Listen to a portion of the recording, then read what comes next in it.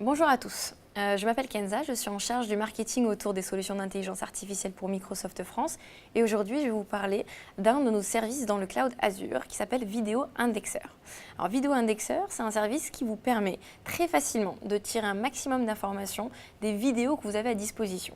Donc, vous avez une vidéo, vous voulez tout savoir de cette vidéo, qu'est-ce qui se dit, qu'est-ce qui se fait, qui parle, quel est le ton, en quelle langue, Vidéo Indexeur peut vous aider.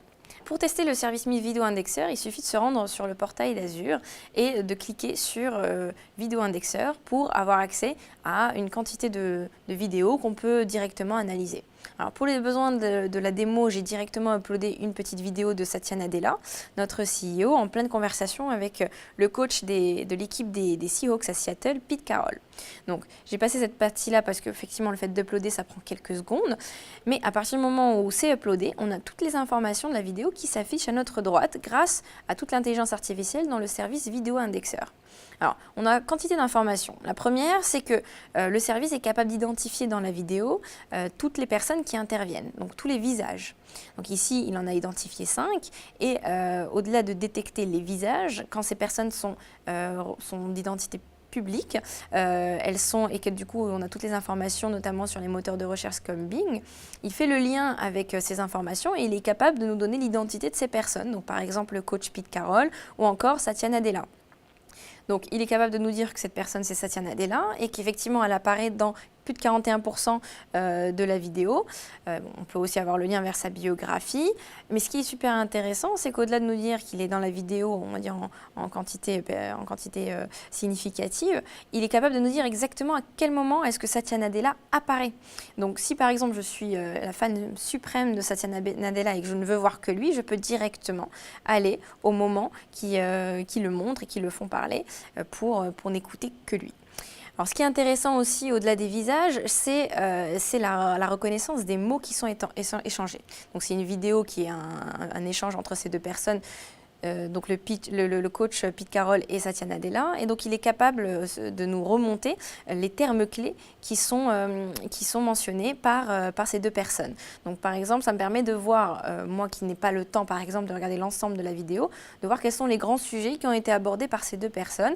Donc par exemple ici, je vois qu'un des sujets c'est Eat Refresh, qui est le livre qu'a récemment sorti Satya Nadella. Et si je suis intéressée par ce sujet en particulier, je peux directement me rendre au niveau du passage où il est mentionné et traité pour le regarder directement. Donc, au-delà des mots, on a également les sentiments qui sont reconnus dans cette vidéo. C'est ça qui est intéressant, c'est qu'on va chercher le sens des mots.